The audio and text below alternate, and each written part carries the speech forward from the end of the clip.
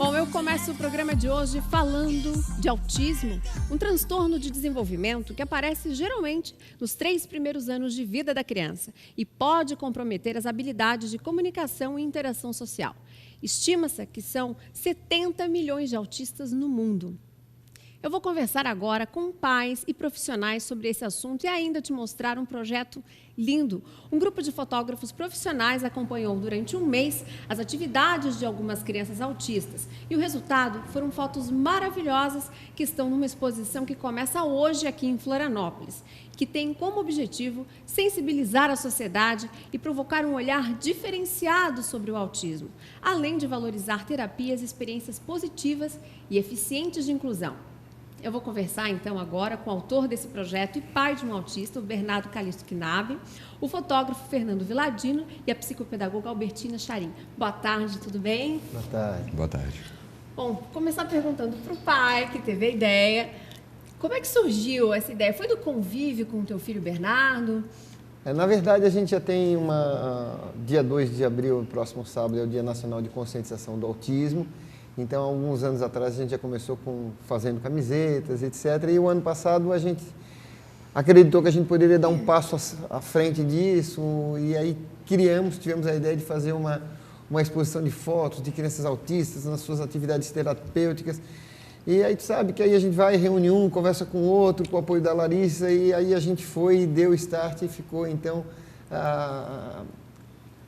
A ideia da exposição tomou corpo e efetivamente veio a feito. E é hoje à noite o lançamento oficial lá no Shopping Iguatemi.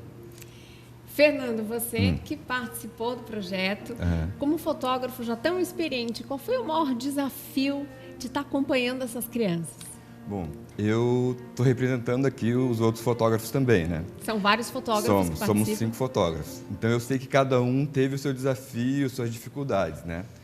E alguns mais, outros menos. No meu caso, eu fotografei um menino que já faz atividades e interage há bastante tempo. Então, para mim, assim, não foi uma coisa difícil. Na verdade, o meu desafio foi conseguir captar em imagens a essência desse menino, naquela relação dele com o cavalo, que eu fotografei, um garoto que fazia ecoterapia, e com os profissionais que trabalham com ele. A gente está mostrando para o pessoal de casa as fotos lindíssimas. Esse aí é o Samuel.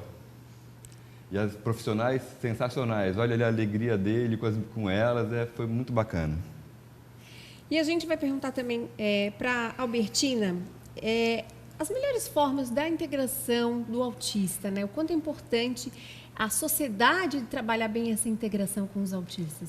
Tudo que oportunizarmos para qualquer outra criança, o autista também precisa ter as mesmas possibilidades, porque ele, independente do diagnóstico de autismo, ele é um ser em desenvolvimento, tem muito ainda que aprender, né?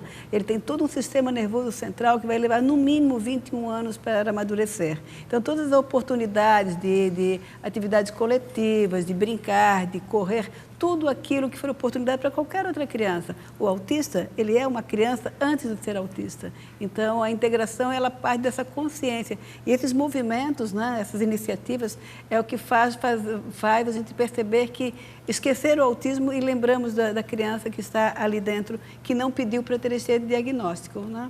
Então, a integração faz parte dessa consciência de qualquer pessoa deixar aberta as oportunidades, não fechar as portas. No caso, essas atividades todas são importantes para o desenvolvimento deles, né? Extremamente importante. Tudo aquilo que for no âmbito coletivo, que proporcione sair do isolamento, faz com que ele cresça, acrescente e aprenda novas vivências, né? E vai se moldando dentro de um conceito de comum a todos. A escola, o ambiente escolar tem um fator determinante no desenvolvimento, né? Sim, é no ambiente escolar que ele vai aprender a conviver com os pares, né, com as crianças da mesma idade. Ali vai aprender a disputar, a competir, a participar, a dividir. A escola é de extrema importância, porque é ali que ele vai estar convivendo com as crianças de suas faixas etárias e vai ter os mesmos problemas, as mesmas facilidades, os mesmos interesses. Vai saber o que aquela criança, naquela faixa etária, outra criança também está tendo, qual o desejo deles, né? Eu vou perguntar para o Bernardo. Okay. Bernardo, a criança autista, ela tem sentimentos e ela percebe o mundo como qualquer outra criança. A dificuldade da sociedade é justamente isso, é perceber essa relação, porque o que difere é a forma de comunicação dessa criança, né? A gente acho que já passou por esse momento, mas de transcender de que antigamente a ideia de que o autista vive no seu mundo, né? Eu acho que a gente já está transcendendo esse fato, quer dizer, ele vive no nosso mundo, a gente tem que ficar estimulando e as terapias provam isso, as técnicas que hoje estão disponíveis estimulam isso, a criança vir se associar, se perceber dentro do seu ambiente, se perceber dentro da sociedade, se comunicar, interagir, e quanto mais cedo começarem essas atividades, maior vai ser a inserção dela e o ganho dela, principalmente o ganho social. Né? A gente falou da importância, né, anteriormente, da importância do colégio, é fundamental. Por quê? Porque os seus colegas de aula acabam sendo intérpretes ativos do processo terapêutico. Entendeu? Às vezes o adulto, ou o professor, ou o terapeuta, ou o psicopedagogo, às vezes não consegue atingir determinados pontos que os seus colegas de aula conseguem. Por quê? Porque são seus iguais. Né? Então, a gente tem que se permitir na educação essas novas experiências, esses novos contatos, para que a gente efetivamente consiga dar um pouco mais de qualidade de vida para todos esses autistas. A gente está vendo aí no vídeo crianças fazendo musicoterapia, está ali tocando flauta, esse aí fazendo natação, o outro que o Vilaim fotografou fazendo ecoterapia. Né? Nós temos o projeto Surf Azul, que é uma experiência inédita aqui em Florianópolis, que é uma coisa belíssima, que é uma coisa fantástica, ver as crianças surfando. Então, veja como é a diferença das coisas. Às vezes, quando uma criança é neurotípica, às vezes ir para a praia para ela já é uma coisa muito simples, muito comum. Às vezes, para uma criança autista participar de um projeto como esse, ela tem que ir na praia, ver a resistência, às vezes ultrapassar a resistência daquele incômodo com a areia, depois com a água, depois com a prancha. Então, quer dizer, é um contínuo de evolução que significa muita coisa para ela. Albertina, os pais, qual a importância dos pais buscarem uma orientação? Pais que realmente não têm nenhum tipo de conhecimento e têm o diagnóstico de um filho autista. Qual a importância dos pais procurarem uma orientação de um psicopedagogo para trabalhar o seu filho nos diferentes ambientes? O diagnóstico não é uma sentença, né? É uma condição que os pais precisam se acalmar. Às vezes, a forma como é dado esse diagnóstico pode ser um pouco leviana. Os diagnósticos podem se tornar também precoces, pode ser um pouco levianos também. Então, tem que tomar cuidados para que que os pais não se apavorem, não estão diante de algo extraterrestre, muito pelo contrário, está com o pé no chão. Os pais precisam buscar, primeiro, na minha concepção, um psicopedagogo. Por quê? Porque o psicopedagogo ele vai avaliar o sistema nervoso central dessa criança, as formas sensoriais. Se ele aprendeu a pegar, se ele aprendeu a encaixar, se ele aprendeu a perceber, o psicopedagogo vai buscar dar autonomia para essa criança, para esquecer o diagnóstico e potencializar essas coisas que ele ainda não adquiriu, que já deveria ter adquirido. A partir do momento que ele é estimulado nessas coisas que são simples para nós, mas para ele é um pouco mais complicado, a gente vai poder ver o que sobra do autismo. E daí fica tudo muito mais leve do que a gente já pensar que, meu Deus, meu filho é autista e agora? Então, não, é por onde que eu vou começar? Comece a respeitar a criança que está ganhando um rótulo, um diagnóstico que ele ainda também não tem consciência disso. Então, vamos ver o que é pertinente em determinada faixa etária, o que ele já adquiriu de sensório motor que ainda não adquiriu, como é que nós vamos estimular? Tá? Para que a gente também pegue mais leve com essas questões, para a gente não botar essa criança numa redoma de que ele nunca vai ter autonomia.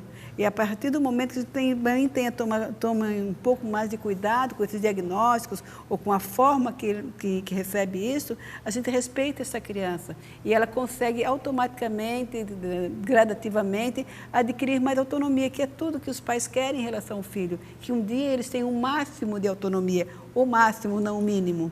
né? Não quer dizer que ele seja totalmente autônomo, mas se ele adquirir a autonomia de se comunicar, de não agredir, de não permitir ser agredido, de estar no meio de todos, né? Sem se sentir diferentes, participar, querer estar com, eu acho que isso é o maior importante, é preservar a infância que há nessa criança que é autista.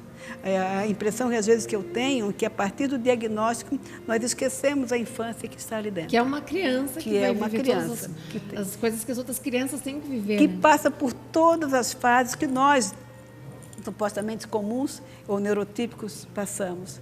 E às vezes a gente já quer que ele já tenha adquirido algo que também neurologicamente ele não está preparado. O corpo físico, biológico dele ainda não está preparado. Mas por ser autista nós queremos que ele já tenha aquilo. Então a gente tem que lembrar que primeiro, existe uma criança por trás de qualquer diagnóstico. O diagnóstico não pode ser dado por uma única pessoa, tem que ser avaliado por um corpo clínico. Não é o médico, o neurologista que vai dar diagnóstico isolado, não é o psicopedagogo, não é o professor, porque a criança, ela apresenta algumas características, mas nem todas. Tá? Então, precisamos primeiro avaliar, oportunizar a criança a vencer esses obstáculos. Se nós não oportunizarmos isso, nós estamos mais rotulando do que possibilitando um crescimento maior. E a sociedade é cruel. A partir do momento que a gente bota um diagnóstico, ninguém mais tira. Então, Fernando, acho que você acredita como fotógrafo, inclusive que teve essa experiência, que as pessoas julgam primeiro antes de se informar, de buscar informação, de tentar entender? Não, eu acredito que sim. Mas eu acho que a sociedade também está mudando, assim. A escola dos meus filhos, por exemplo, tem autistas nas turmas, as crianças interagem, tem, assim, é uma coisa que eu acho que uma das funções dessa exposição e desse projeto todo é exatamente isso, né? Inserir mais eles dentro da sociedade como um todo. Nós temos fotos dos bastidores, é isso? Nós temos fotos da exposição, para mostrar para o pessoal de casa também, vamos soltar algumas das fotos, claro. E, assim, é um trabalho diferenciado e acho que quebra essa visão. Acho que essa exposição, a ideia da exposição é muito, muito legal, porque as pessoas que vão estar passando, que vão num shopping, vão ter oportunidade de ter contato com uma realidade que muitas vezes elas nunca tiveram, né? Eu acho que a gente tem que aqui dar os devidos méritos aos fotógrafos, né? Pela qualidade, que é a visão do artista, né? Eles conseguiram, através das fotos, eles conseguiram colocar a questão da conscientização do autismo, mas conscientizando o autismo daquilo que aquelas crianças, daqueles artistas estão efetivamente fazendo. Então, dentro da sua normalidade, fazendo uma ginástica olímpica, fazendo um surf, praticando uma ecoterapia. Então, esse olhar desses 5 artistas fantásticos que a gente conseguiu englobar aí nesse projeto, a exposição ela consegue transmitir isso, conscientizar através da ação, do movimento, da inclusão, da inserção deles em suas atividades mais comuns e mais prazerosas. Olha, quero parabenizar pelo projeto, pela ideia, aos fotógrafos também. Obrigado, que é isso. Fernando. Albertina, obrigada pela presença. Eu agradeço. Importante esclarecimento, excelente dica.